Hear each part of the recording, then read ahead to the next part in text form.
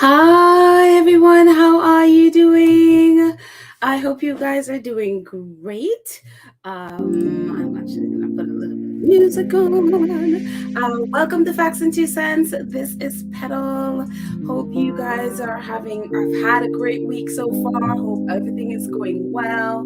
Have another chance to get on here for a couple of days, so I want to come on and say hi to all of my friends.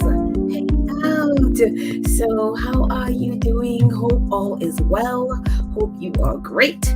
As you know, we are a channel that supports the Duke and Duchess of Sussex, Harry, Meghan, Archie, Baby Lily, Big Boy Archie, Baby Lily, Mama Doria, Puma Guy, the Chickens, Mama Mia, all of us here at Sussex Squad. Welcome. And all of us here hanging out on Spoutable. Spoutable is working well.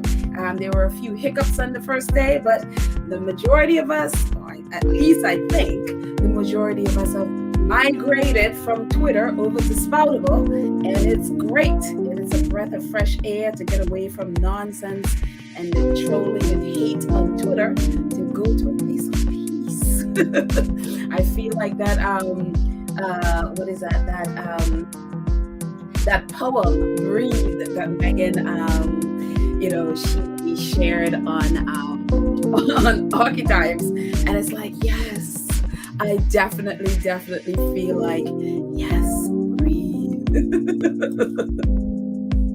So it is beautiful. It's a beautiful thing. Anyways, what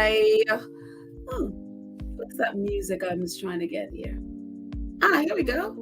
I can hear it a little bit now. I hope you guys can hear it. I just want to play a little calming music in the background. I just want to say hello to my friends in the chat. Hello, guys. How are you? Let's see who is here hanging out with us. Fancy. Hi, Fancy, and Verda, and Kanita, and Connie Bomber. Hanging out with us from Switzerland. Let's see who else. Kathy Gabby is here. And Gwendolyn, where are you just rushing over there? There we go, Gwendolyn. Gwendolyn is here. And Rosa is here. Hello. Rosa's just saying hello to everyone. Awesome moderator Lydia is here. Hello, Lydia. And also Lydia is saying hello to everyone. And thank you, Lydia, for reminding everyone, if you're new here, please do what the scrolly thing at the bottom says, subscribe, and click the notification bell so you know when we drop a video. Please like and share this video. Definitely, please do. Let's see, who else is here? Hope's Garden is here. And Joan Commonwealther is here. And our awesome moderator, Karen M, is here. And who else is in the chat? Nala Thandu is here. Hello, Nala Thandu. How are you? Greetings from South Africa, my friend. Hello, all our South African squaddies. Welcome. And Johanna is here. And Matilda is here. And B10. Pow is here. And Olivia. Oh, Olive. I'm sorry. It looks like Olivia. Olive. And all of our friends that we'll get to after as we go along. But hello, guys. I see you there, Gail. Gail and either one. I see ya. But anyways, our faves are fine. They're doing good. They are under their tree in Montecito doing whatever it is they're doing. We're just happy that they're doing whatever it is they're doing. They could just stay there doing that, And yesterday, we saw that they, I'm sure some of you may have seen, I'm sure there's a video. Ellen posted a video of her birthday, and then they had turned into a surprise marriage renewal between her and her wife Portia. Portia. So they renewed their wedding vows, as was a surprise to. And so it was just like, oh, okay, very cool. And our faves were there, and so Ellen posted a video of it, and then they scanned the crowd of the video, and obviously Meghan and Harry were there. And it's so wild because the pictures were all over. It's all over Twitter and wherever else you'll find them. I just kind of felt so like, I don't know if I want to post them. I don't know. It's so weird. It's like with me and that with privacy, I'm so very unless like the Sussexes share the picture, I guess I feel kind of weird sharing it. So I was like, you know what, people could go see it if they want to. I just didn't feel right sharing it. Like when they shared from, the Harry and Meghan docu-series, and they shared all these intimate, photos from inside their, for example, inside um, uh, their home in the UK and in the US, which I think it was their home, or is it the house they were using to film it? I don't know. Some of it may be their home, some of it was just the house that they were using to film the docu-series. I don't know which is which, but they shared it. And so then I felt like, oh, okay, that's fine. They shared it. And so even though it's from Ellen, and even though it was from, Ellen shared it and she's a friend, and I'm sure they wouldn't film things without their friends at the party knowing that they're filming it, and obviously they'd share it. And so, but I just kind of still feel a little bit like, oh, I don't know if I want to share it. And so I was like, you know what? To each his own on this. If people want to share it, it's up to you as a person. I'm not either here or there. I just know what felt squeamish to me, and so I was just like, you know what? It's there. People can go watch it if they want to. I'm just not going to do it. So this is so that's just kind of but it was good to see that they were out and about enjoying themselves. And it's so funny that on the video from Ellen, and you could hear before you even know that they were there, you can hear Harry's voice laughing. It was just like, oh, wait a minute, I know that laugh.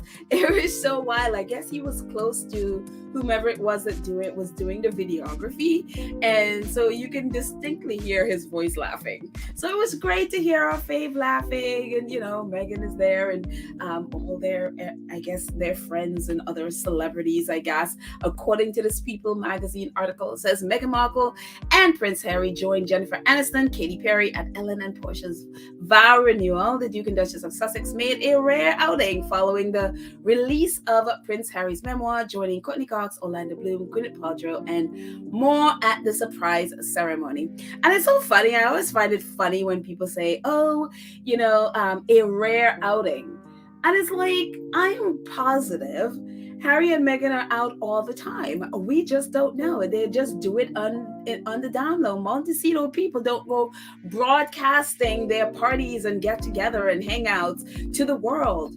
And so this is just, it's almost like if there's no photo of it, or if it's not on social media, then it hasn't happened. And it's just like people live apart from social media or what is reported or what the paparazzi captured, so they figure if there's no photo of it, then therefore Harry and Meghan are living their life alone, all by themselves in their Montecito home and never venturing beyond their gates. If there is no paparazzi photo of it, or if it's not online, it's just really ridiculous.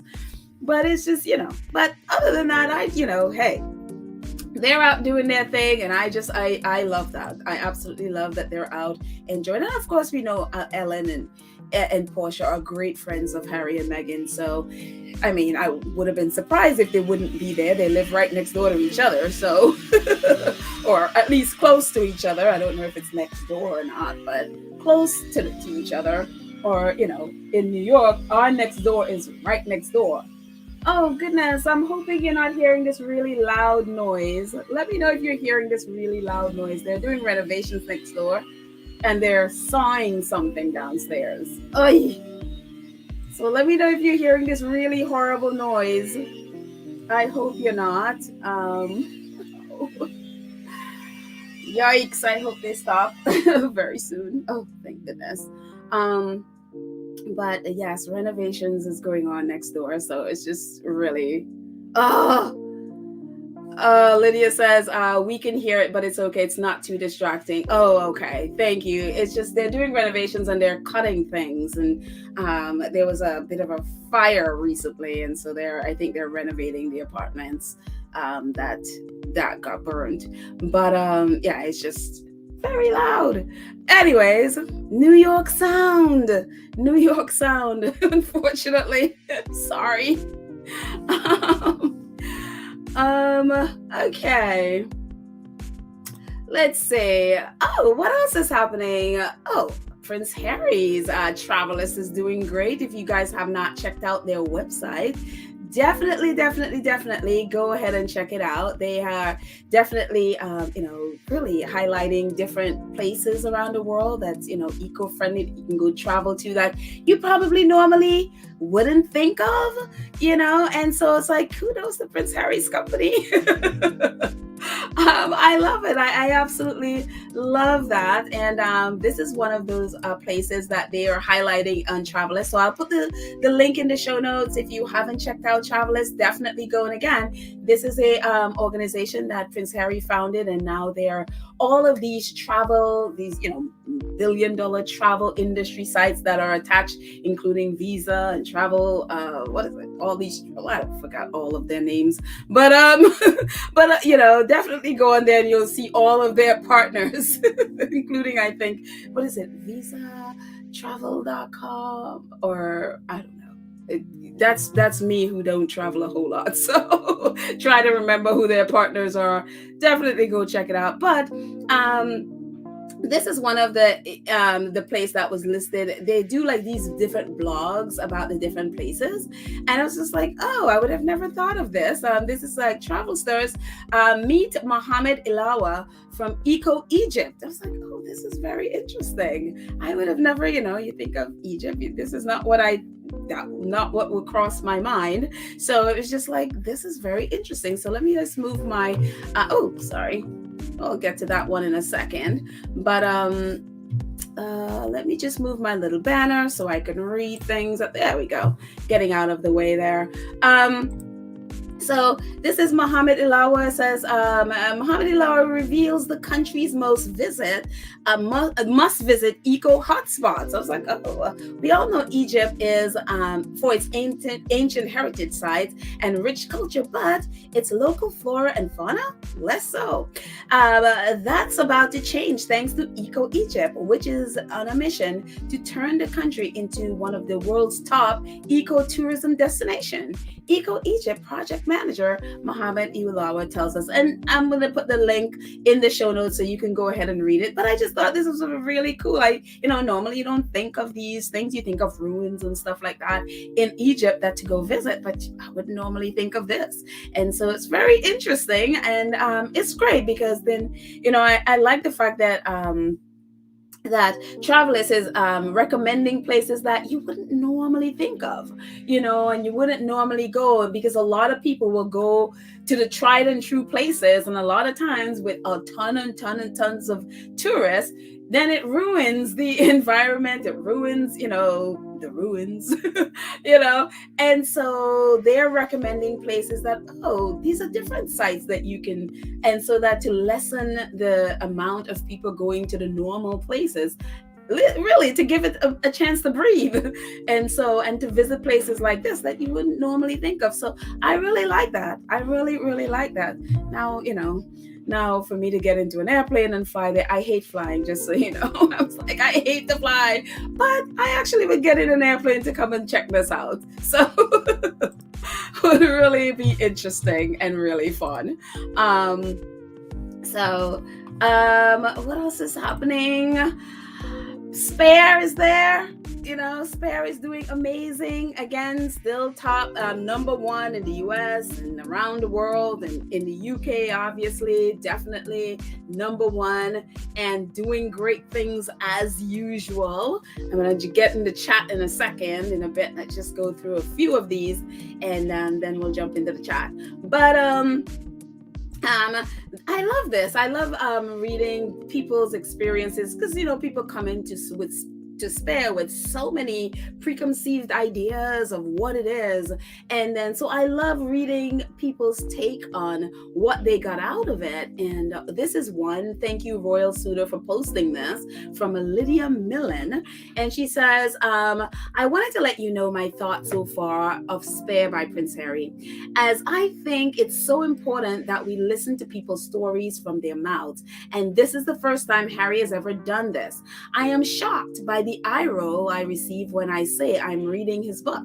I'm shocked by how many well-educated, usually kind, empathetic, and compassionate people don't realize when their own thoughts have been hijacked by the media, online sensationalists, and those wanting to profit off your outrage. This book is heartbreaking. So much I didn't know happened to him. So much for someone so young to navigate. It doesn't matter that he is a prince. He's a human, and I can't imagine anyone experiencing the loss, deception, the attack on character that this human had experienced even before the age of 18. I'm nowhere near present day. That's a very small part of this book. This story is so much more sad than I imagined. I am so glad it achieved the success that it has. You'll notice the media not reporting that. Yeah, the British press are not reporting how successful this book has been. I just hope that if you enjoy reading or listening, you ignore those who point and laugh and mock on social media. You ignore the overexposure you've unknowingly experienced thanks to the media. See Jamil's gaslighting story highlights. And you just allow someone who has had his story told for him in books by 10 other people and thousands of times on the media tell the story himself. And I love this. And I'm assuming this person is from the UK. Because the US usually don't have this kind of response to it.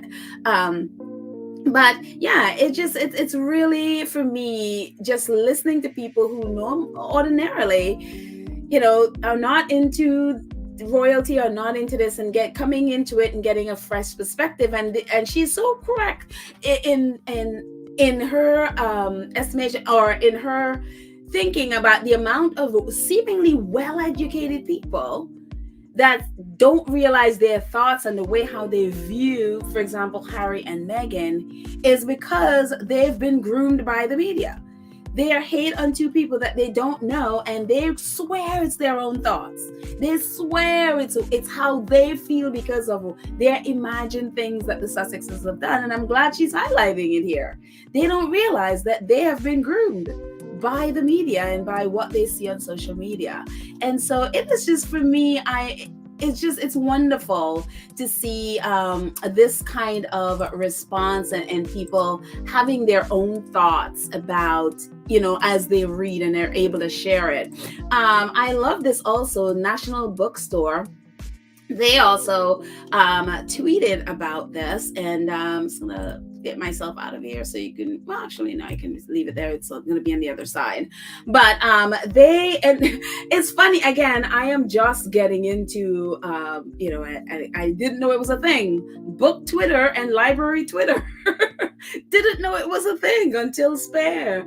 But National Bookstore says, check out these 5-star Goodreads review of Spare by Prince Harry, the Duke of Sussex. Get it for whatever, 1.65. I don't know. And these are some of the reviews. 30 pages in. And it's heartbreaking. 100 pages in, and it's raw. You must read. The more you can, the most you read, the more you can't put it down. Okay. And below it says, this is a deeply traumatized person in many ways. He's taking back the power now. And while he's still a work in progress, he's done a lot of work, and he's determined to break that cycle. And these are all 5-star reviews. And the other one at the middle says, I recommend this book for anyone who enjoys biography of a real people in today's world. It is more than readable, since Prince Harry's life and words are inspiring. And I love it. I absolutely love that people are getting this. And Goodreads has a reputation of trolls taking over Goodreads and saying all kind of nonsense even before the book came out, but I love that. I absolutely love to see people getting so much out of the book and sharing it. And that, again, that's one of my favorite things to say is like, these people are not squatties. They're not, just squatties saying things. Are people who have read the book and are getting so much great things out of it. So I absolutely, absolutely love it. And talk about Spare. One of the things I love about Spare is how on point Harry was at describing people. I remember when I first saw him describe the bee, the fly, and the wasp, and it's just like, Harry, really? How did you come up with that? It is amazing. And I'm telling you, I think it was I did a couple of episodes ago, I talked about Simon Case and how the headline was, they were wondering how all of these things, these negative things in government, how Simon Case is involved in all of them. And it's just like, and lo and behold, there is even more stuff that Simon Case has. And we all know that Simon Case used to work for Prince William, and Simon Case was the one responsible for that Flyby mess where they threw Harry and Meghan and baby Archie under a bus to claim that, oh, look, see, the heir to the thrones are, they are going on a budget flight, and those dastardly Sussexes are taking a private jet to Elton John's house. And oh, look, how wonderful. They should be imitating the heir, because that was Simon Case's doing.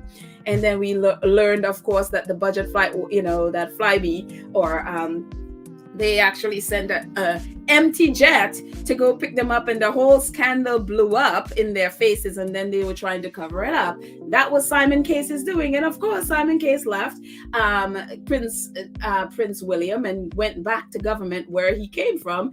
And once again, he's in a whole other bunch of mess. And so these headlines, and I'm not even going to go into all of this stuff, it's just very interesting to me how when Harry described this fly, as Harry referred to him as a fly, how Harry was so on point. He was so on point with this mess. And of course, this is Simon Case. Editor Dominic Raab, Simon Case was told of bullying before Sunak brought minister back. So apparently, Dominic Raab was bullying people, or whomever, not Dominic Raab, but whomever was bullying people, and Simon Case knew about it.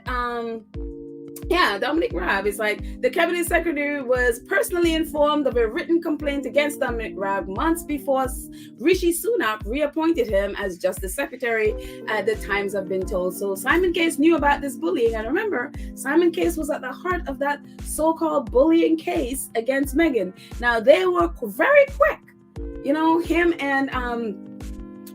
and William and his tribe there at Kensington Palace, including Jason Knauf, were very quick to send to the press, oh, Meghan is a bully. They were very quick to condemn Meghan on those fake charges. But here is this saying, Simon Case was told that Dominic Raab was a bully, and he did nothing about it. And it's very interesting. And it's just like, okay. And Financial Times, Simon Case, can the head of Britain's civil service survive? And obviously, he's in a whole lot of other mess as well. And according to the Financial Times, Simon Case, Britain's youngest head of the civil service in recent time, has been in post for a little over 2 years, but in some of the country's Mandarin class want him out, accusing him of being the ultimate courtier at the heart of a dysfunctional regime. And it just anytime you find corruption, mess, and all of that stuff, know that Simon Case is in the middle of it. Absolutely. And this is how Spare, Prince Harry, described the Simon Case. And I forgot to put a little thingy over one of Harry's words there. Harry described him and says, the fly, Simon Case, has spent some of his career adjacent to and indeed drawn to poo-poo, the offals of government, and and media and the wormy entails. He loved it. He grew fat by it, rubbed his hands in glee over it, though he pretended otherwise. He strove to give an air of casualness and being above the fray, coolly efficient and ever helpful. And it just unbelievable. And I kind of mixed up how I meant to put these. But at the bottom it says, I dislike these men. They didn't have any use for me. They considered me irrelevant at best, stupid at worst. Above all, they knew how I saw them, as usurpers deep down, and I fear that each man felt himself to be a true royal. And Harry talked about them, that each of them took advantage of the Queen in her 90s, enjoying his influential position while merely appearing to serve. And so that's what he thought of the bee, the wasp, and the fly. And of course, Simon Case is the fly. I mean, every time you see something corrupt in government, you know Simon Case is part of that. And that is what, and it's funny that they refer to him as he is the ultimate courtier, ultimate from the royal family. It's like the mess. He came from the mess of the government into the royal family, created a mess there, and took that mess right back to the I mean, it is just it's unbelievable. Absolutely unbelievable. But I'm going to jump in the chat for a bit and see what you guys are saying, and we will move on from there. Let's see. J-Man says, Petal and Baron on More Than Mary. Oh, wait a minute. Baron is on now? Oh, I had no idea. I didn't realize he was. Oh, man. Sorry, guys. I know, Baron is a lot more popular. So I am sorry. I didn't realize. I didn't check his times today, because for me, he's always usually on like 1:30 and later. So I didn't realize he was on earlier. Sorry. But if you're here, I'm sure you go on the replay, and if you're over there, we have the replay here, so you can definitely come and watch it later. Totally fine. But whoever is here, you guys are here. Happy that you're here. But I didn't realize his time, so sorry. That's why sometimes I check, and then when I don't check, this always happens.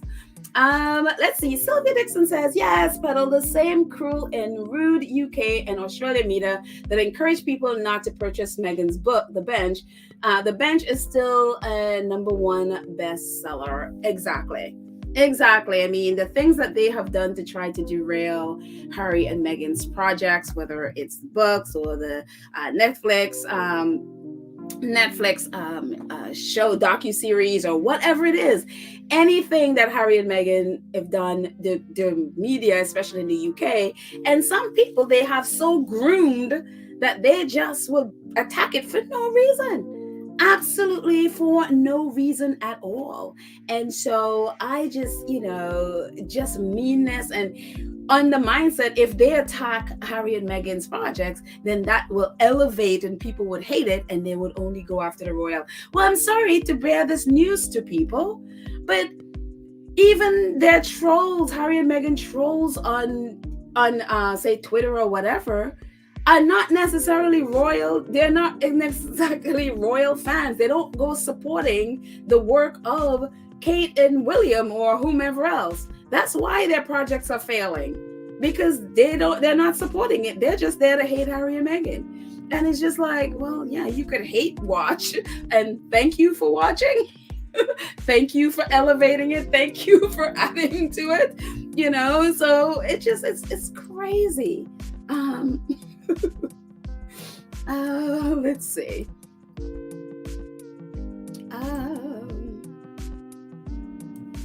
Lydia says, she's talking to Sister and Sassy. Big demand for the book. Hello. I'm not sure what you mean. I'm assuming you're talking about Spare, but yes, there's a huge demand for Spare. Mrs. S says, what's happened to Jason Conniff?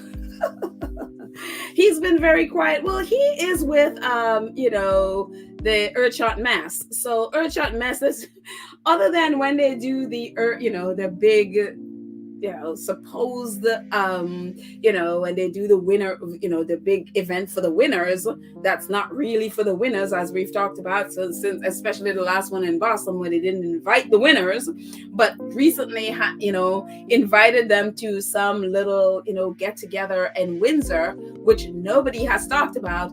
Again, this whole thing, Earthshot Prize, is supposed to be about the people who are making doing great things for the earth.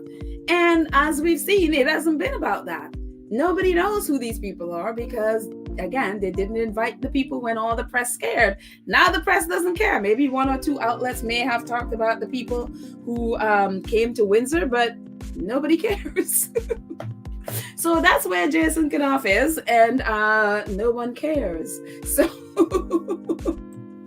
yeah. Unless Jason Kanoff goes off and start talking about the Sussexes, nobody would be writing about him at all because, they're all trying to hide the fact that, him and William colluded to go after Meghan. So there you go. Thank you so much, Lydia, for your support, for your donation. Lydia says, Petal, don't be sorry. Both you and Baron have to go on when your schedule allows. We have a replay.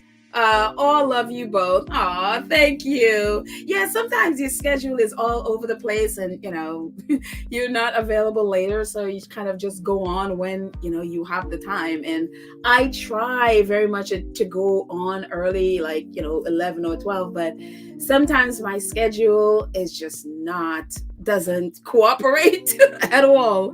And so you kind of just have to do whatever you can. So yeah, again, normally Baron goes on later, but he may have stuff to do later. So either way, as Lydia says, replays are there for that reason. So yeah, and I'm just happy for the 214 of you that are here, so we can hang on, and the rest can listen to the replay later. So there. Let's see.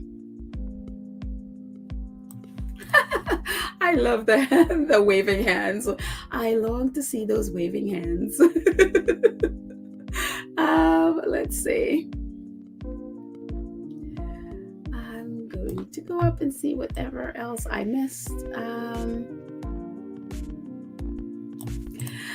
Pillar Prescott says the UK media can't talk about something good for our beloved Prince and Princess of Princess Sussex. Hi everyone, hope you're all well. Hi Pele, I'm good. I'm assuming everyone else in the chat are okay as well, so that's good. Sistren says, I logged into my library and there are 571 people waiting for 127 books in circulation. Oh my goodness. I'm telling you, I've been getting an education about Twitter library Twitter, because I'm like, didn't know it was a thing, but it's wonderful to see. And so many people, it looks like a lot of people, going back to getting a book and reading. And it's like, hey, Spare's helping with literacy. That's awesome. So, let's see. Black Queen says, book smart and common sense are not one and the same. Very true. Very, very, very true, because there are some very, very, very smart people that do and believe some very, very, very stupid things that literally free common sense. If you use a tiny, tiny bit of it, you can figure it out. It's unbelievable. It is absolutely unbelievable that some of the things that, and that's a lot of times, sometimes on Twitter, you see people tweeting like, how are you like an engineer and you are believing the nonsense written in the Daily Mail or because they'd be tweeting stuff from the Daily Mail or the Express or some nonsense, and you're like, you're supposed to be a smart person.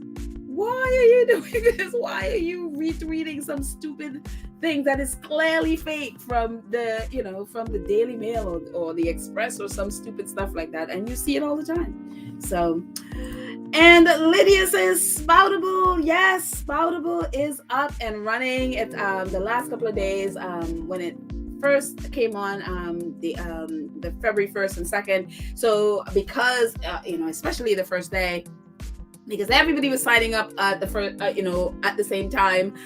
Everyone who had pre-registered, of course, as with every tech launch, it got that bottleneck happened, and then it was very, very slow. Yesterday they were adding servers and working it, and then by today it is running amazing. It's beautiful to see all our squaddies in a wonderful place where you can breathe, and it's just like, oh, thank you, Christopher Boozy, and it's wonderful. And I'm like, it's so great to be in a space where you not have to deal with trolls and stuff, and you can just, you can customize it.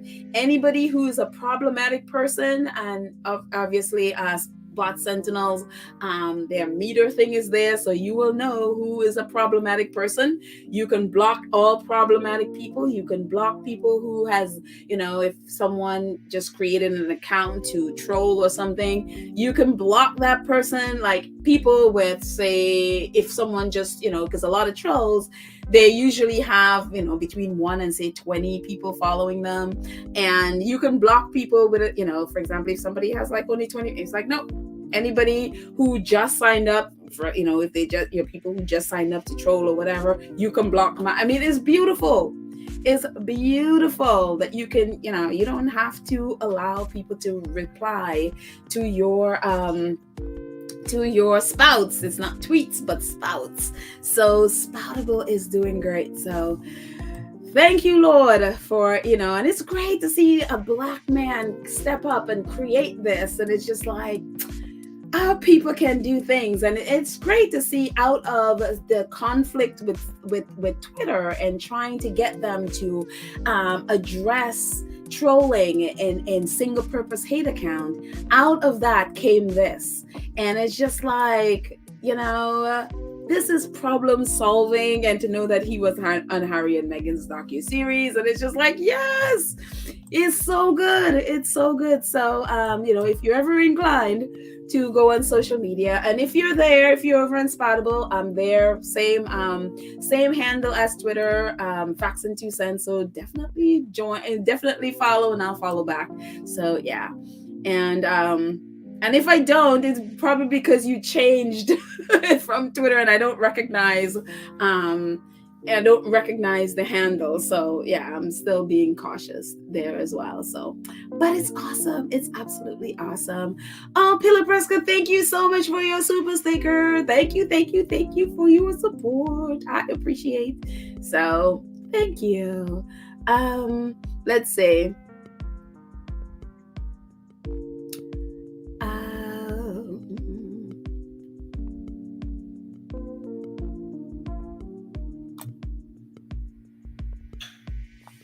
Sylvia says, yeah, Pedal, yes, I agree with Lydia. There is replay, and oftentimes I have to listen on replay because my schedule. Thank you for supporting the Sussex family. Of course, they are faves. We'll definitely support.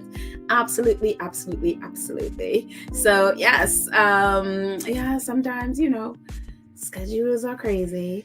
Let's see. Frida agrees. She's like, Pedal, unfortunately, you can have book sense and no common sense. Absolutely. It's so funny. You have all this book sense that you pay for, and then common sense is right there free, and it's like, hello, I am free. You can just grab me. I'm free. It's unbelievable. So, let's see. Okay, let's move on. Let's see what else I have. And I don't have a whole lot, so please join in, tell me what you're thinking and all of that stuff. So I'm sure you guys have heard of this. I don't know that I talked about this on here. I'm not sure, but I'm assuming maybe Baron or Duchess of Success talked about this on their platform, about this Charity Saints founder and CEO Marjorie Wallace going on a podcast with Boris Johnson's sister, that same one who, wrote that thing about Meghan's blood tainting or thickening the royal DNA, whatever that nonsense article that she wrote about Meghan when Meghan, when it was found out that Meghan and Harry were first dating. And so she was interviewing Marjorie Wallace, who is the founder of Charity Saints, which is a mental health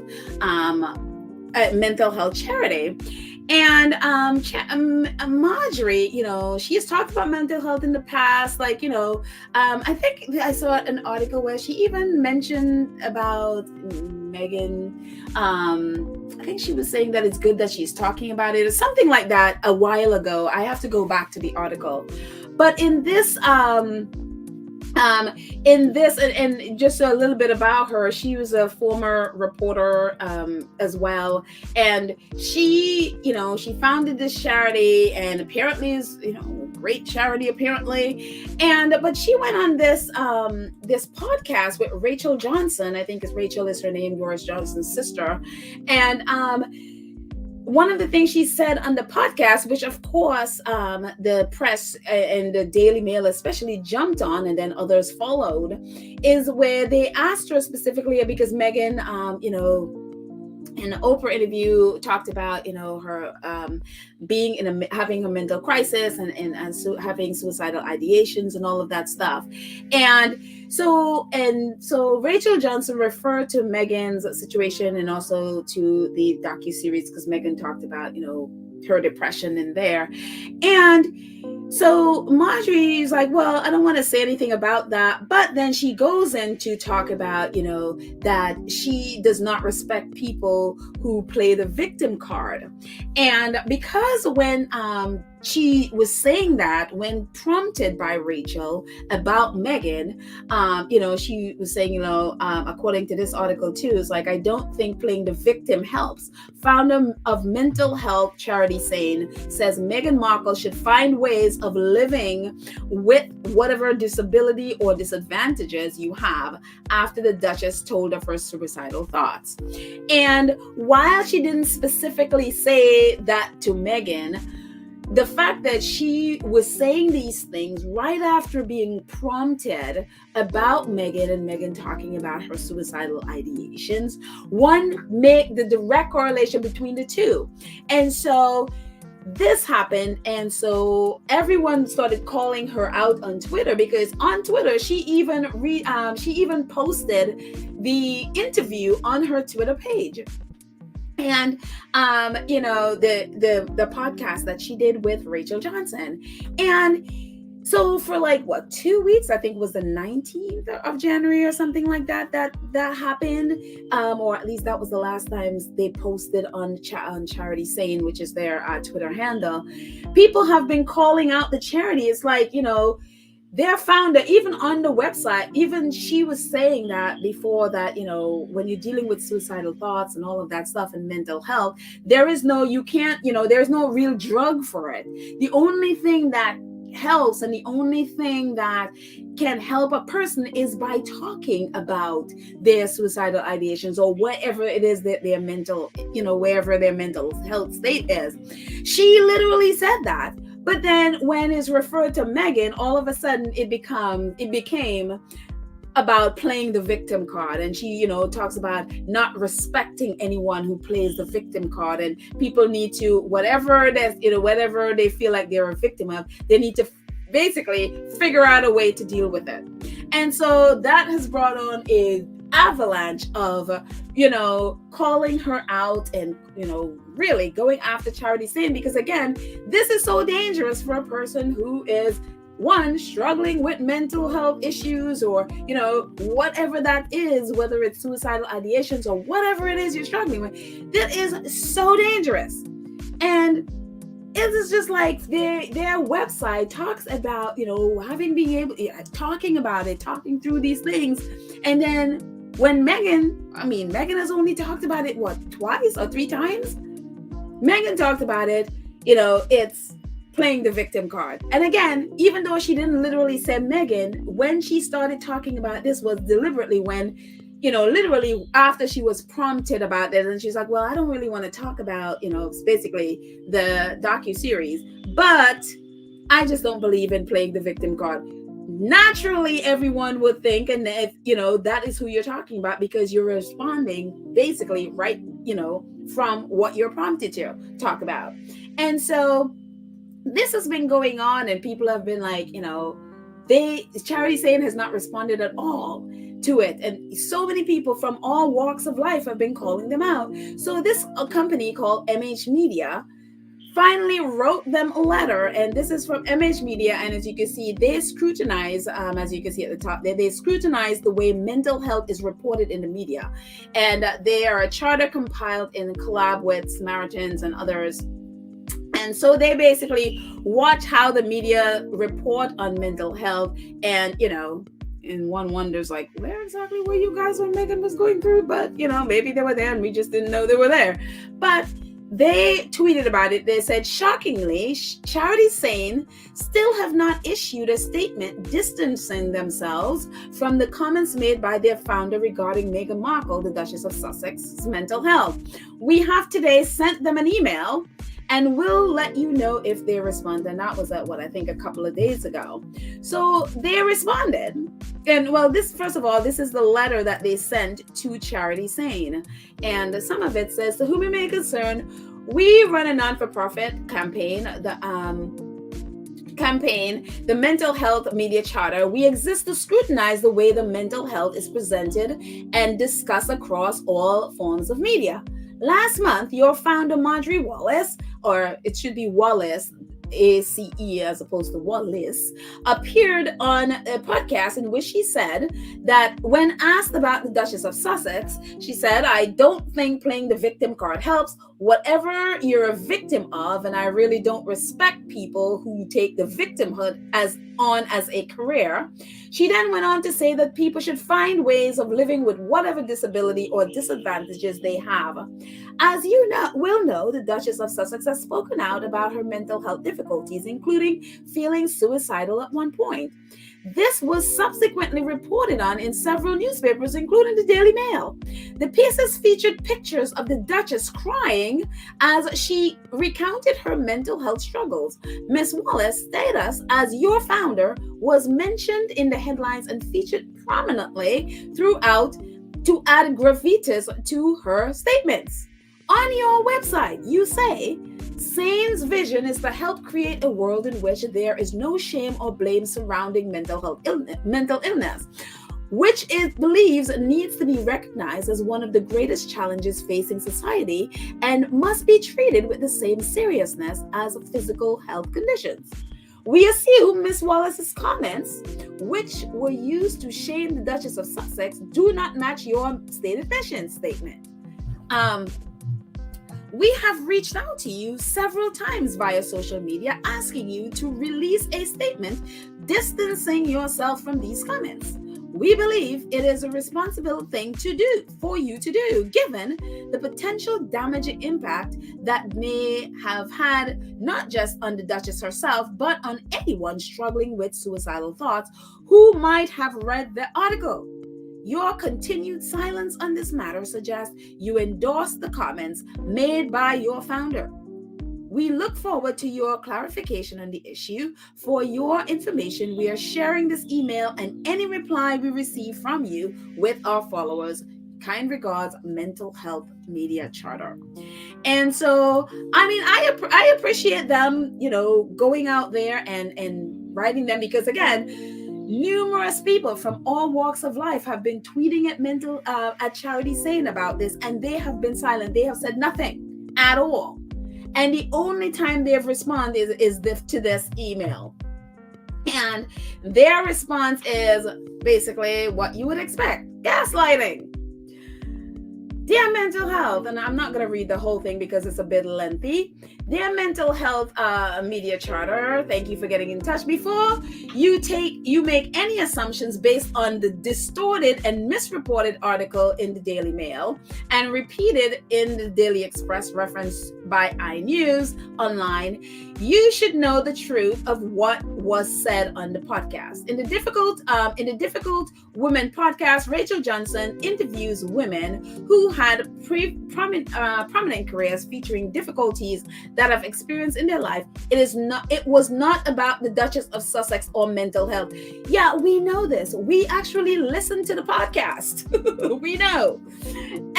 At one point in the interview, Miss Johnson asks, can I ask you, we're all processing, and to use a Vogue phrase, the Netflix series of Meghan and Harry, in which the Meghan talks about suicide and her suicidal ideations.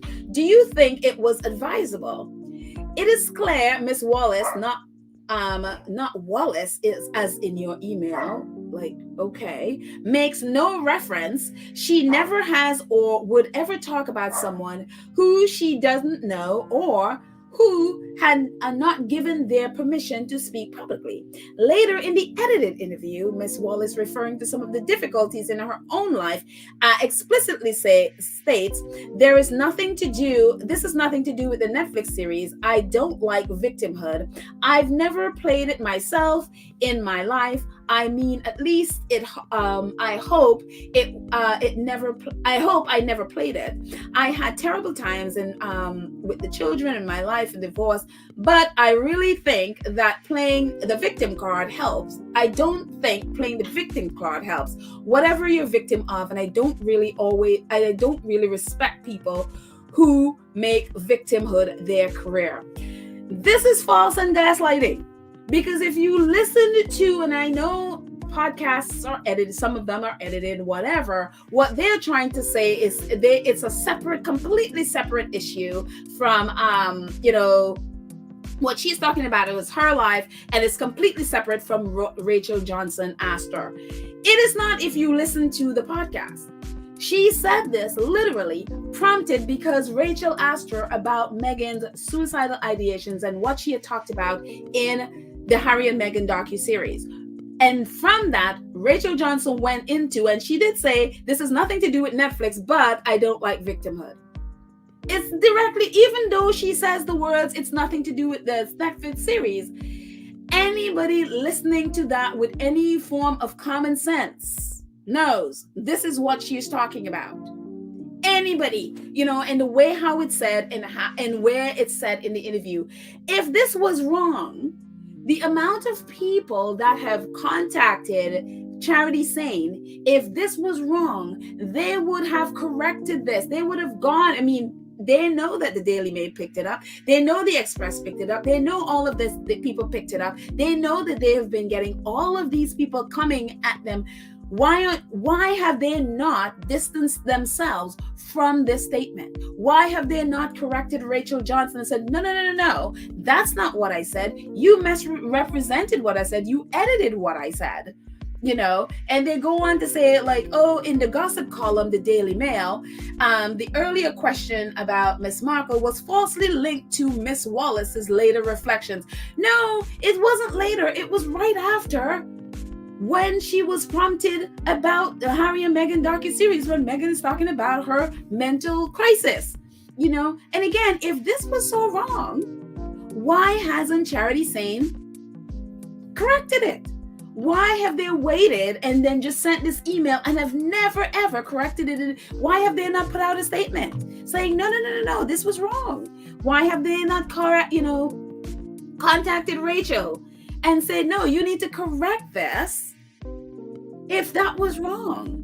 And so it is just incredible to me. And, they said this, and then basically it was saying that people are trying to, throw hate at them and all of that stuff. I mean, literally, this whole thing is about gaslighting people.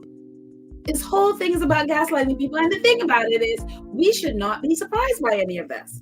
Because why this? Once again, relationship with members of the royal family. There is Marjorie Wallace, chief executive of SANE with Prince Charles, and not just they're literally friends. It's not just they just meet at a charity event or whatever, is that they're literally friends. And not only that, they're friends. Prince Charles is the first patron of Charity Sane. And not only that, research in 1994, she also raised £6 million to build the new research center, the Prince of Wales International Center for Sane Research, with donation from Xyla's family, Prince Turki Al Faisal, the Sultan of Brunei. The center promotes and hosts multidisciplinary teams researching and investigating the causes of psychosis. It was opened by Prince Charles in 2003. And again, Prince Charles is the founding patron of the of Charity saying, and also, I guess, this research center. This is, again, the same Prince Charles who allowed his courtiers, his friends and courtiers, to go to the British media, including Penny Jr. and Jonathan Dimbleby, and label Princess Diana unstable, mentally unstable. This is the same Prince Charles who is funding a Prince who is funding and is a patron of this mental health organization, and is the same one who falsely labeled his ex-wife mentally insane, and have to this day, this is a label that has stuck to Princess Diana and that they have passed on to Prince Harry. And it's just like, so this shouldn't surprise anyone. And along with her other relations with other members of the royal family, which I'm not even getting into because it's like, that's just too sordid. I'm just not into it. But it's like, nobody should be surprised about these people and what they do. And I'm like, I fear for people who are having mental challenges in the UK. Because if this is one, and this is supposed to be this very reputable mental health institution or charity, and this is what they're doing. And again, when you are connected with the royal family, no member of the royal family should be, for me, if I was involved in any mental health institution in the UK, I would stay clear of any member of the royal family coming to be a patron. And you have to literally side-eye any organization who have these people as patron or they're supporting their mental health initiatives. Because this is the kind of thing you always see. Because they don't care about people's mental health. And, no matter what their website is, and again, she is a former reporter. This is somebody from the British press again. So nobody should be surprised at any of the things that come, surrounding these people. It is unbelievable to me, And again, even with the organization that's, they claim that they are watchdog for how the press report people. I mean, where were they exactly when Meghan was in the UK and was being abused every single day? Where were they? I mean, maybe they weren't in. I don't know when they started. I hadn't researched them really, but it's like, it would have been nice for them to have spoken out then when all of them was destroying Meghan while she was there in the UK, but a lot of them, and you have to wonder, where was Charity saying when Meghan was being abused in all forms of manner? Again, a relationship with Prince Charles. They said not a word. They didn't come to, her defense the way, you would think they weren't calling out the press. And so am I shocked that she has not called out the Daily Mail and all of those things publicly? No, she's one of them. She's one of them. And so it's very, very, I fear for people who are struggling mentally in the UK, because this is not the help anybody needs in their life, because this is no help at all. This will drive you to whatever, self-harm that you would, imagine someone reading this who is struggling mentally and having to read, about someone who is the CEO of a mental health institution or charity claiming that, that you're basically pulling a victim card if you talk about your suicidal ideations or whatever it is you're struggling with. I'm like, the UK, I feel like I just gotta shut down anything from the UK, because it just makes me irritated and I just can't. I literally just can't with it. Unbelievable. Absolutely unbelievable. Any of these organizations who have any connections to the royal family, I am like, it's a no. There is just it. Unbelievable. Anyways, I'm gonna jump in the chat for a second and see what you guys are saying before we move on. Let's see. Diane Hawkins says the supposed watchdog group is also weak, day late, a dollar short, which shows their lack of principles as well. Yeah, that's why I'm like, where were you guys again? And again, maybe they were there and nobody saw them. I never did.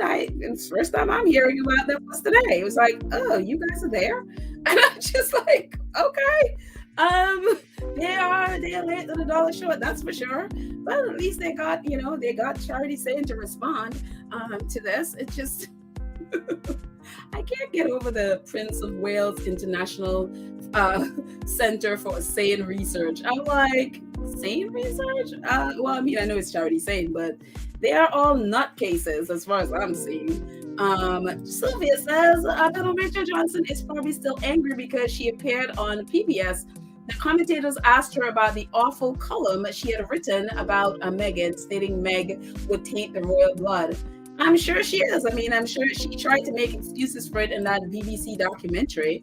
And, she's like, basically that unconscious bias thing she was trying to pull that the guy, Rajal or Raji, whatever his name was, I don't remember specifically his name, who was the host of that documentary series that I finally eventually watched.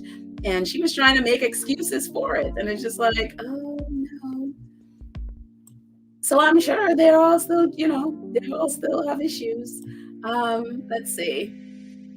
Karen Emma, awesome moderator, says, one of the first things a therapist will tell you is to talk about it and to continue to talk.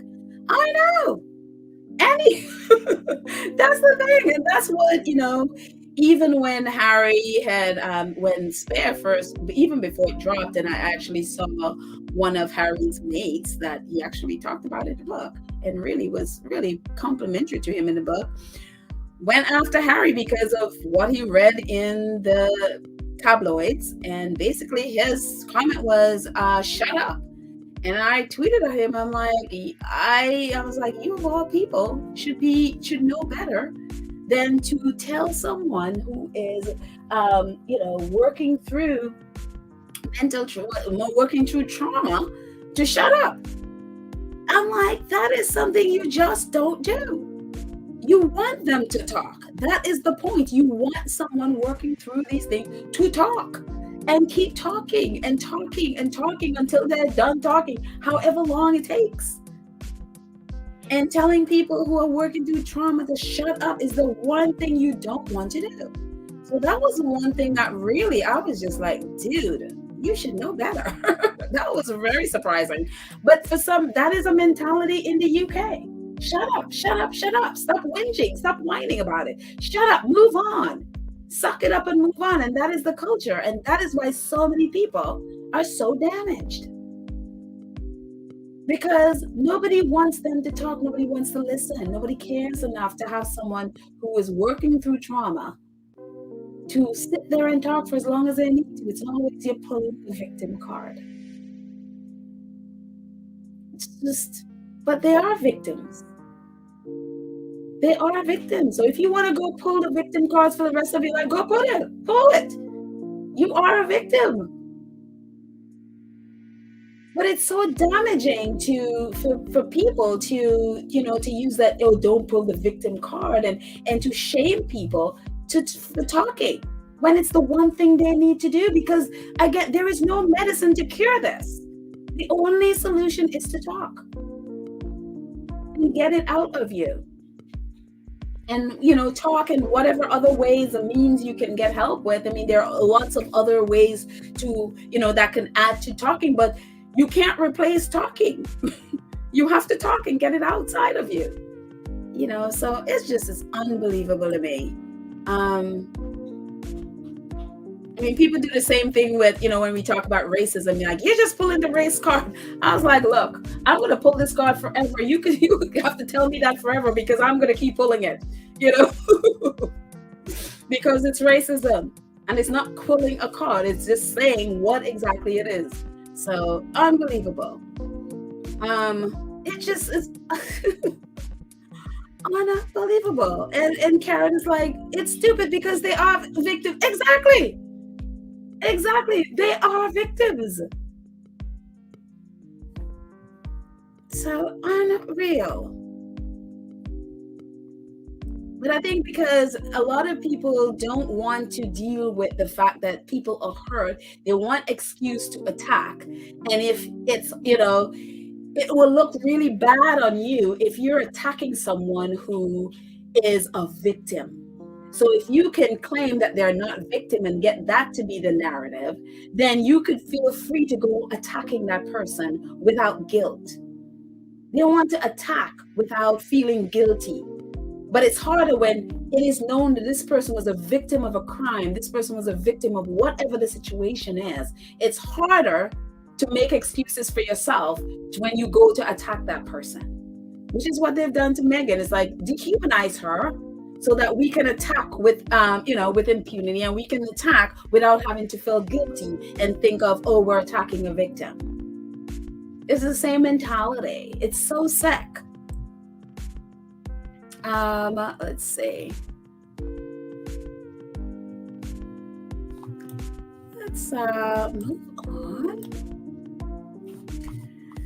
What else do I have? Let's just change away from that nonsense.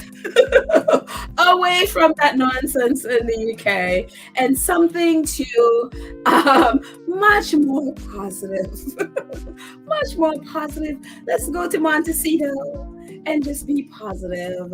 And this was really fun. I think as we know, Meghan invested in this brand. And I don't know if everybody here had tried it. I tried it.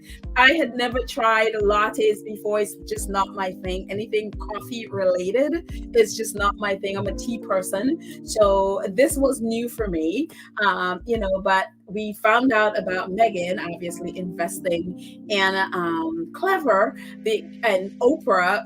She got Oprah involved in it, and Oprah talked about it, and then it just blew up. Everybody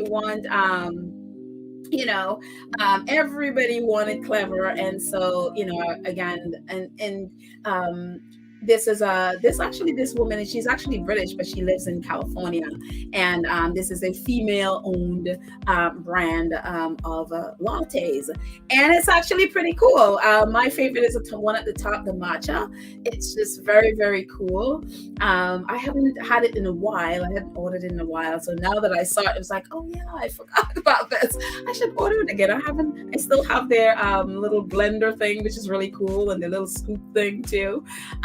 But Shopify featured them on an interview, and so it says how Clever blend is shaking up the instant beverage industry, and it says how a part of the interview, obviously, it got on Meghan, Meghan being an investor in it. And she says, after a year and a half in business, Hannah, the co-founder, got a phone call that changed everything. Meghan Markle reached out with an interest to invest in the business. She really fell in love with the product line and the ethos of the brand, Hannah says. She truly loved the storyline and the product equally. Clever Benz took its time carefully crafting a brand and tight-knit community around the daily rituals before welcoming the outside funding, and it paid off. So yeah, it is really cool. I mean, I just, it was on Twitter, and I was like, oh wow, I don't know if anybody remember if you're still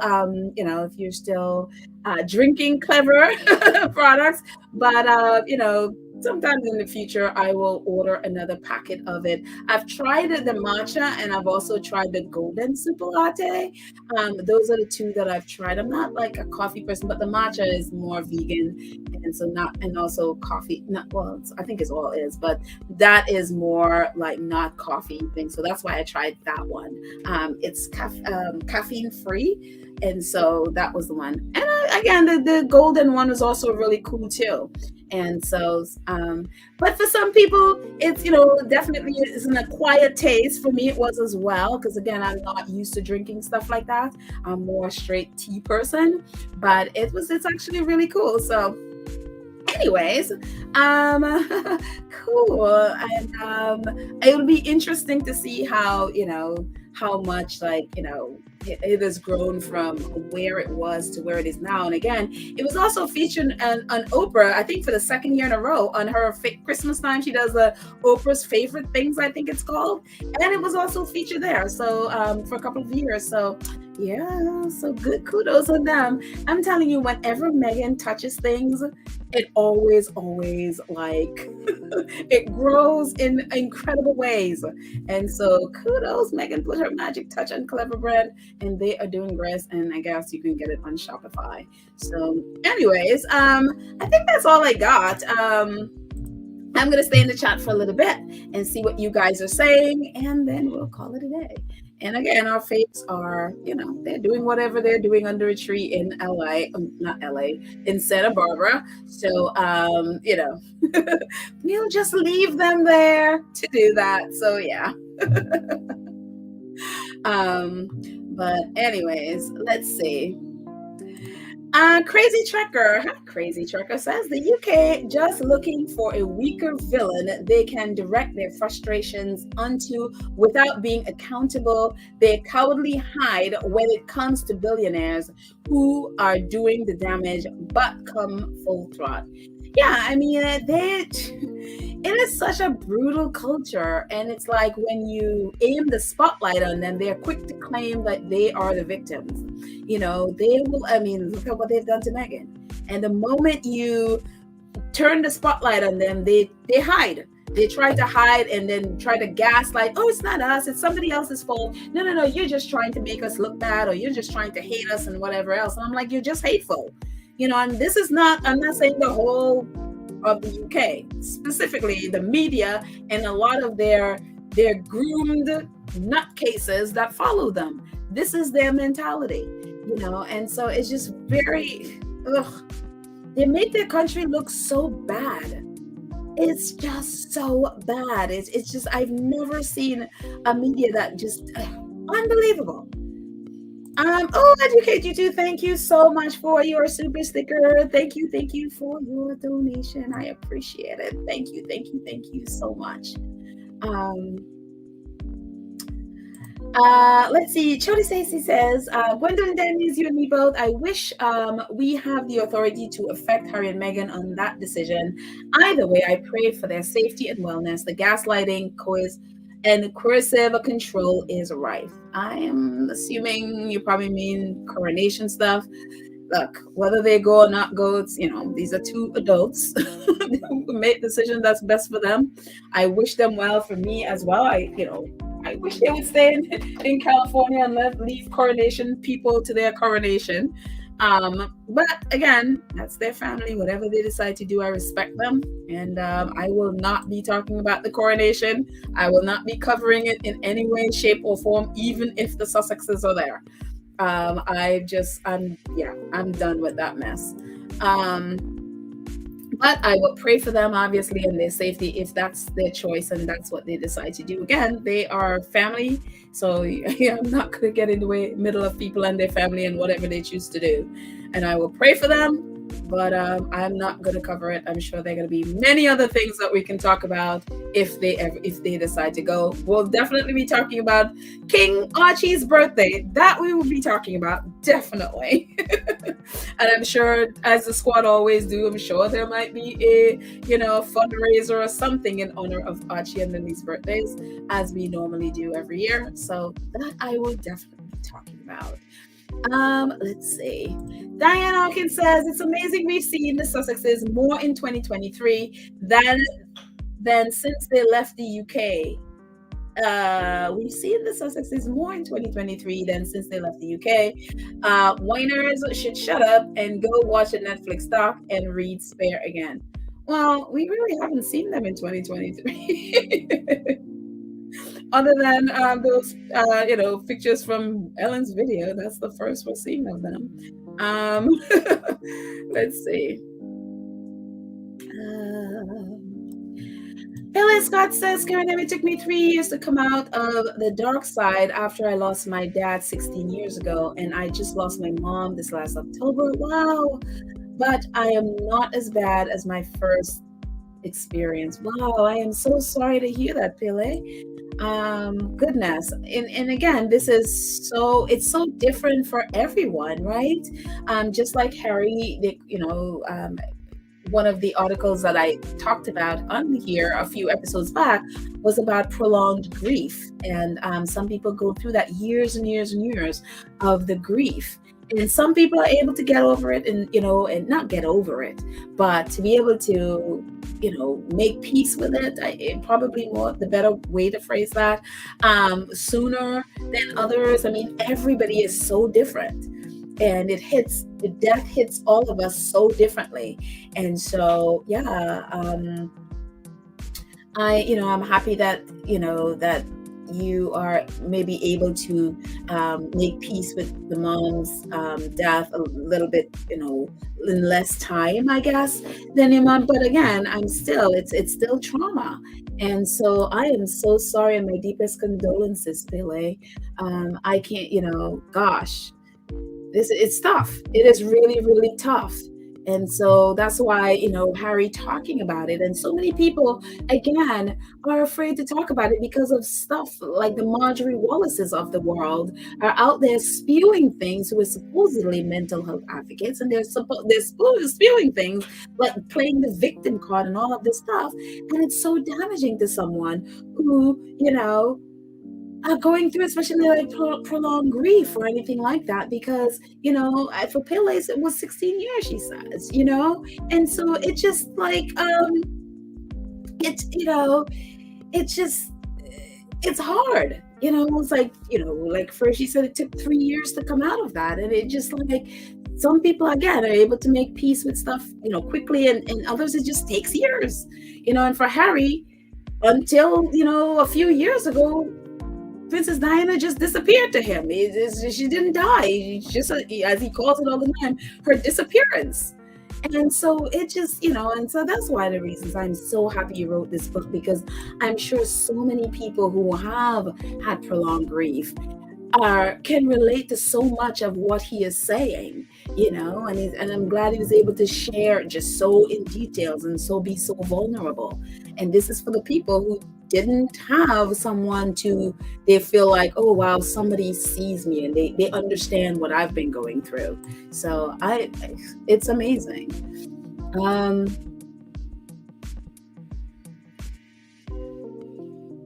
Let's see.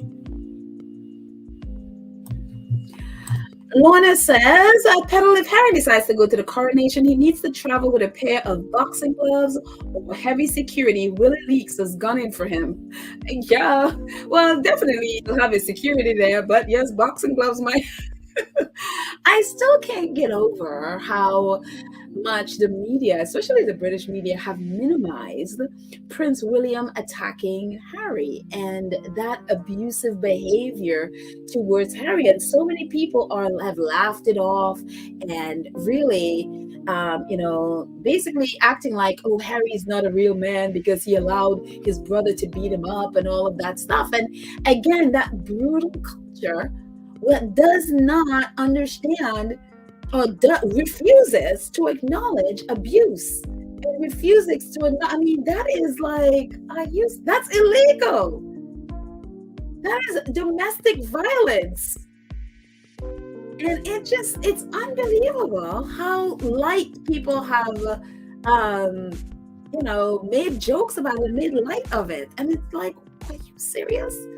That is violence against another adult. That's not just two boys fighting or two little kids fighting. That is a grown man attacking another grown man. That is against the law. That is unbelievable. He's lucky that Harry didn't press charges against him. And I am assuming that is not the first time William has done exactly that. Harry does have 400 other pages that he said is about what happened with him and his brother especially, and some with his dad. I would bet that was not the first time that William has done that.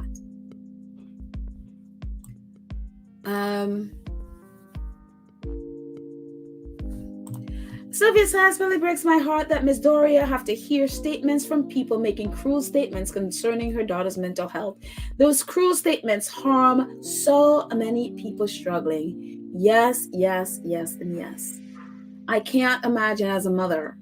I don't have kids, but I cannot, I couldn't imagine as a mom, what that will feel like, to know that your daughter was struggling so much, and people, are so callous towards it, and people who should know better are so callous. It's unbelievable. I can't imagine as a mom, that to know that someone is that way towards my child. And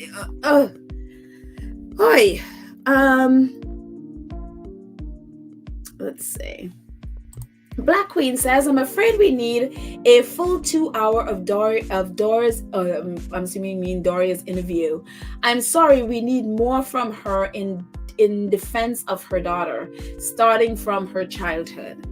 It would be interesting to talk, to hear about, what it was like for her in detail. I mean, I know it was just we got little snippets of it, but, it would be interesting if she ever wants to,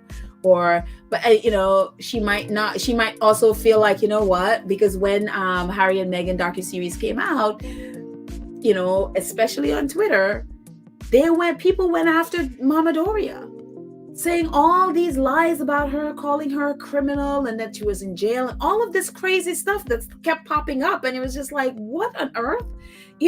So why would anybody want to, put themselves there and to have that come? I mean, it's just, again, that's why I'm so happy we're unspottable. So now we don't have to deal with any of that stuff. But to know that people are actually out there saying all these things, it's horrible.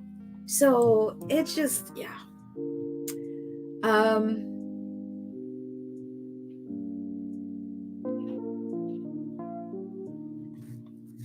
Let's see. Lorna says, they will not believe it until they see it with their own eyes. And even so, they brush it off. That's what enablers do. Yeah, absolutely. Absolutely. I mean, you see, talk about enablers. You see, on national television in the UK, Prince Andrew's friends are on national television morning. I saw a clip of it yesterday, basically calling victims of Prince Andrew and his other pedo friends, calling the victims liars and all of this stuff on national TV. And they put his friends on national TV for a reason. They are, even when the presenters are pretending like, no, we can't do that, whatever. There's a reason they allow these specific people on their TV. They are grooming the public. They have been grooming the public for Andrew's acquittal by public for however long, since the Queen was here. And we've talked about this before. So by the time Andrew, which he will start back, by the time he starts back using his HRH and starts doing engagements, the public would be so groomed and tired of it all, you will not hear one peep out of the public. They've already not saying a peep out of it. So that's why it's okay for his friends to now be on TV and, screaming and saying that the victims of, sex trafficking is, that the victims are liars on national TV. And there's a reason for that. And there's a reason that you see presenters with a picture of said person on Twitter. Not the person who was standing up for the victims, but the person that is defending Prince Andrew. It's a reason why there's a photo of her with the presenters and not the person defending the victim. They are grooming the public, as they normally do. And that's what they do. The entire press is enabling that. And it's really, really, really sick to see. It's just like, oh my goodness. Oh my goodness. Unbelievable.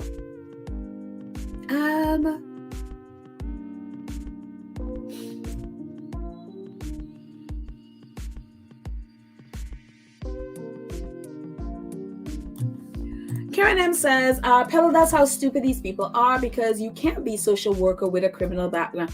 I mean, yeah, nobody, yeah, it just, And a lot of times you see stuff like that from UK or European people attacking the Sussexes because they don't know how America works. They don't know the background. They don't know anything. They throw out these things and people believe them because they don't know how it works.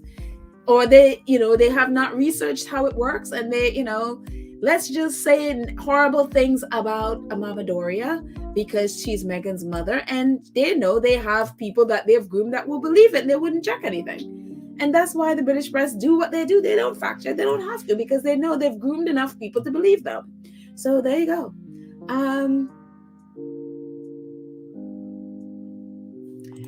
Black Queen says that is nothing to what her daughter is enduring. I would be glad to walk the fire for her. The demons will always drag, but more decent human beings will see the light, just like Spare and the docuseries.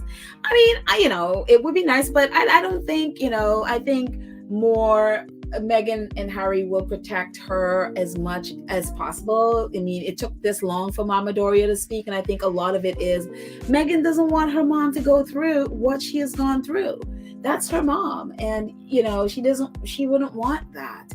And especially knowing, a lot of the media, even some in the US media, is just using it for gossip. She said what she said, and a lot of people's minds and hearts have changed as they're seeing, as the docuseries was meant to do. And I think Meghan and Harry are moving forward. Who knows if it'll happen where, Mama Doria decides she wants to speak the whole truth. If she does, I'll support her. If she doesn't, I support that too. Because again, I don't know what it feels like when people are out there hating you. I can't imagine what that feels. And I don't wish that on anybody. She has suffered enough. She has suffered with her daughter. And again, as my friend says, your child is your heart walking outside your body. She has suffered enough watching it happen to her daughter. And it's like, I wouldn't wish any more suffering on either one of them. So yeah. Let's see.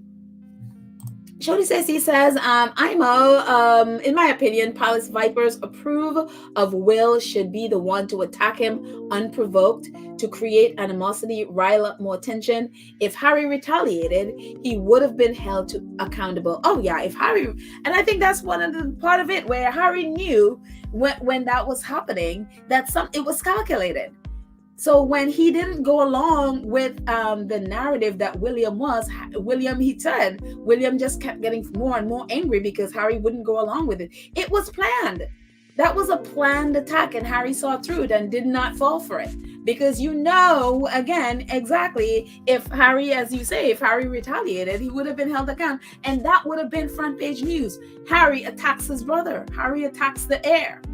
And that would have been, including, especially they're already thinking that Harry is mentally unstable and that he's fragile and all of this. Can you imagine the headlines would have been this? Can you imagine the headlines? They would have held this over Harry's head, And so Harry having the presence of mind to be like, nah, I'm not touching you. I am not going to hit you.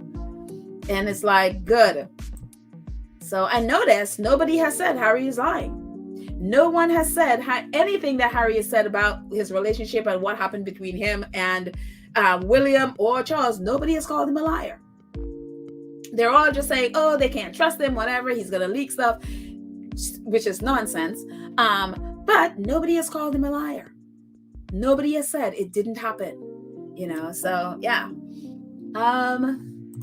Educate You says, Clara Cador, William was trying to set up Harry so that they can say he's out of control and need to be put away for his own good. Yeah, I believe that.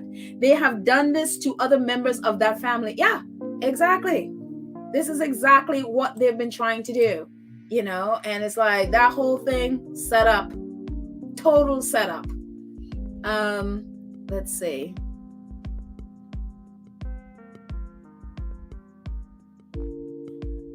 Oh, wait, somebody's birthday today, Marjorie?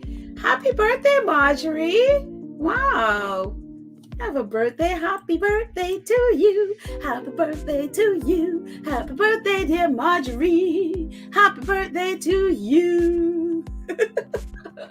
Whatever you're doing today, Marjorie, I hope you are having fun. Absolutely having a blast. So happy birthday. Let's see. Moving on from the birthday. Let's see, birthday girl Marjorie. Let's see.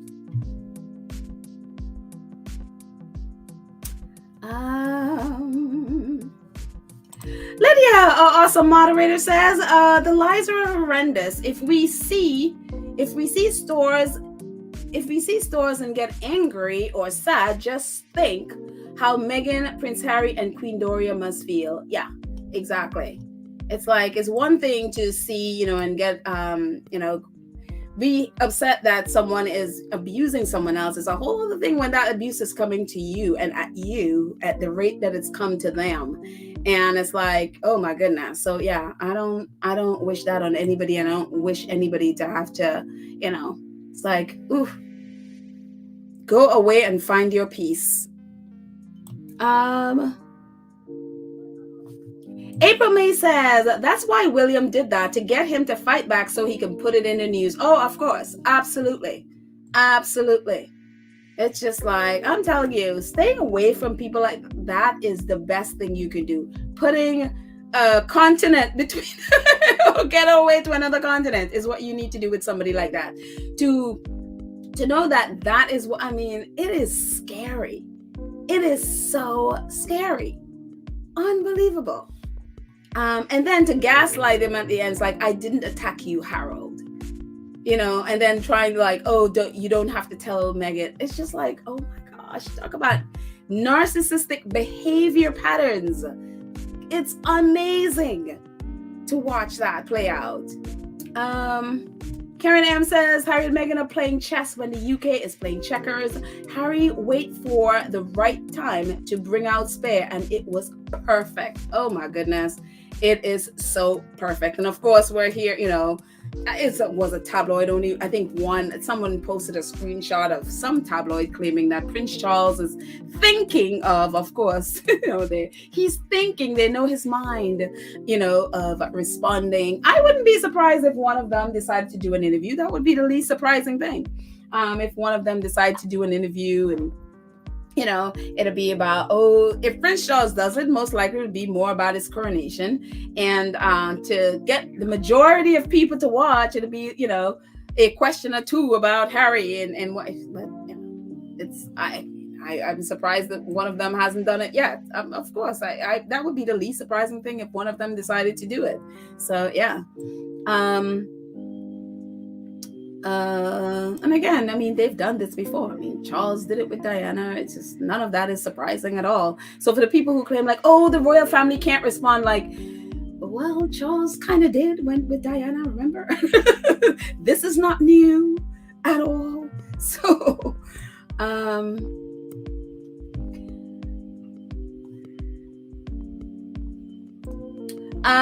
Diane says, we saw Harry's bruises, hands and wrists and wondered about it. There was more than the mere push. William assaulted Harry, and I believe so as well. I believe there was more than a push to that. And Harry didn't, again, Harry is giving him an opportunity to be honest and come forward. And how long Harry will, take to completely out them, who knows? But, Harry is giving them an opportunity. Even that whole, unconscious bias, I think, was an opportunity for them to take ownership of what they have done. And like he said, that some accountability happens there and then they apologize. Yeah, that was all giving them grace. He didn't say all the things that happened. And again, I don't believe that was the first time. And I don't believe that it was, and I, like you, Diane, believe it was a lot more than just the push. So, yeah.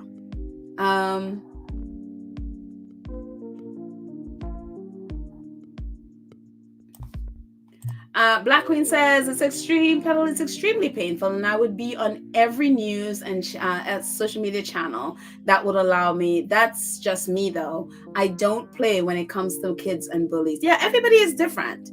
Everyone is different with how they respond to stuff like that.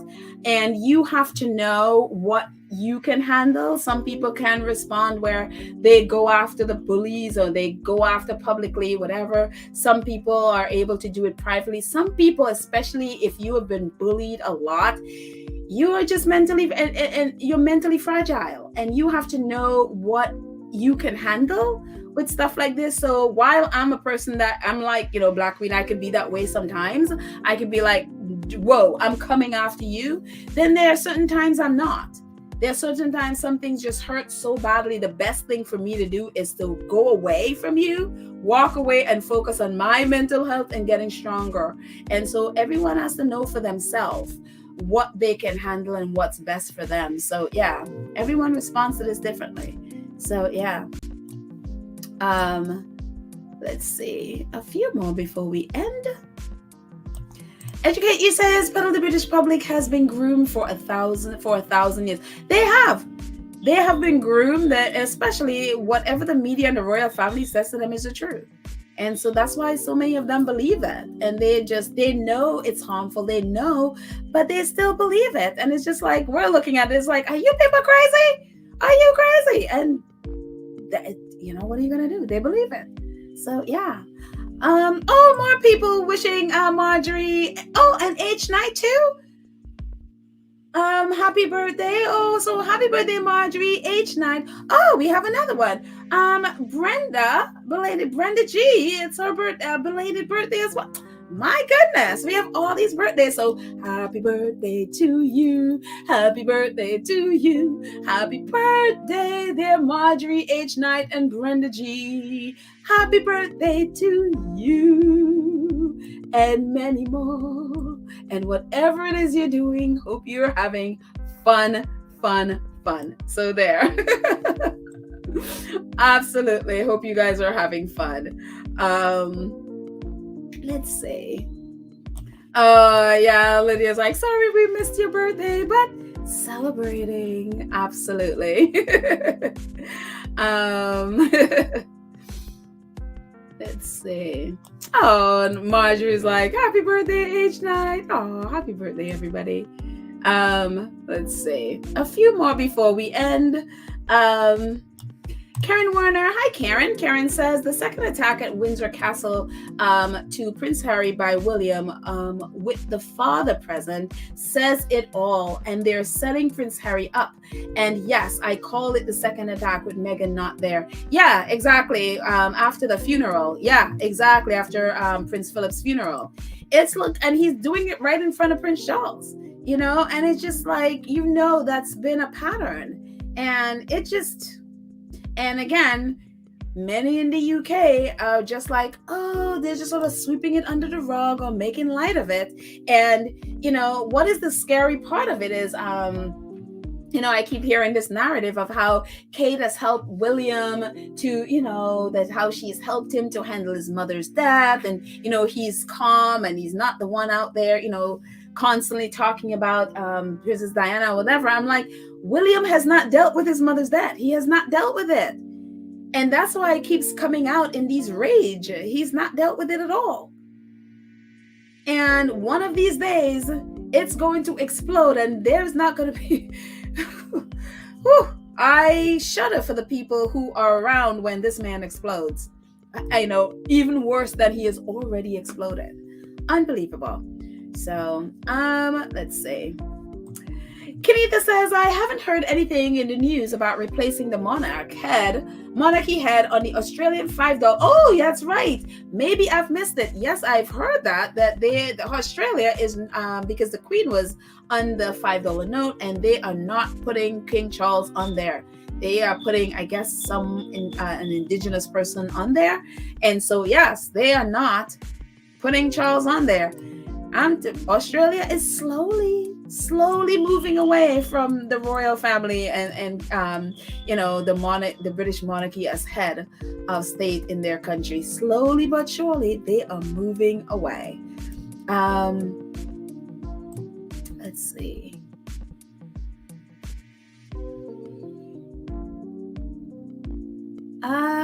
Sean says, I caught some info in Harry's book that nobody's talking about from what I see. What, Sean? Oh, and thank you for that conspiracy theory, by the way. But what it is that you caught in there, we're going to be talking about if it has to do with chapter 3 on Saturday, which is, actually tomorrow. Oh my goodness, today's Friday. Tomorrow, if you want to come on, if it's in chapter 3 and you want to come on and chat tomorrow, definitely would love to hear what some of what that's not talking about. So we're going to focus on chapter 3 tomorrow, and and then we can do other chapters and take it, because there's so much in each chapter, and a lot of it we haven't touched on. So definitely, if it's in chapter 3, come on tomorrow and talk about it, and we can definitely chat tomorrow. Yeah, I had somebody who was like, "Oh, I love Sean's conspiracy theory." Some people are like, "I don't know," but and I was just like, I was the one on, I don't know, but come on tomorrow if it's in chapter 3. Anyways, Patricia is wishing everyone who's celebrating a birthday happy birthday. So yes, let's see, maybe one more before we end. Let's see.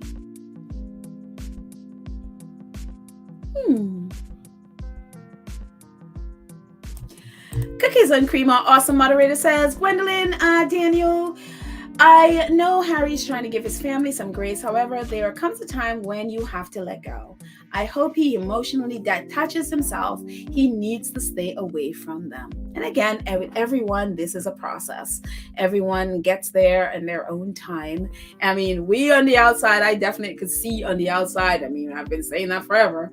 But, when you're in the inside and that is your family, it takes a lot to detach, especially when you love as deeply as Harry and as a person who has as much hope as he does. I mean, we've seen him, how long it took him for him to let go of the fact that, of his mom, not just that she's missing, but that she is gone and that she has died. And so we've seen how long it's taken him. So he's a person that when he attaches, he has that loyalty and that hope and that all of that, and that is with his family. And so for him, it'll be a while. So we got to be patient and love him as much as possible through it until either the family changes, for his sake and for his faith, and that's what he's hoping. But if they don't, we have to love him through until he gets to that stage. It'll be a minute. It'll take him a minute to get there. And we got to love and respect him through whatever he's going through until he gets there. And let him talk and talk and talk and talk and talk until he gets there. But anyways, that's it on that. Thank you guys so much for hanging out with me. Thank you to our awesome moderators, Lydia. I didn't see Church Nelly today, but we'll see her. Hopefully, I'm sure she'll be listening on the replay. Karen M, Cookies and Cream. Thank you guys so much for hanging out and taking care of the chat as you always do. Thank you. To our awesome 2 Cents Crew members. For the support that you've given the channel financially, monthly. Thank you so much. Thank you. And yes, our book club is coming up at the end of the February the 25th. So definitely join us on our book club, our 2 Cents book club. And that would be awesome. And for 2 Cents Crew members, definitely check our community page. That's where I will post anything for 2 Cents Crew. I'd love to see more of you on that page. I only see a few, and I was like, I want to see you guys and hear from you and hear your thoughts as well. So definitely. And to all of you who support from through the live chat, etc. Whether it's super chat, super thanks, super stickers, or just straight donation. Thank you so much for your support. I think I am missing a couple of you from this list now, so I've got to add some more. But thank you all so much for your support, for your love, for your grace, and all of the wonderful things that you've given to us.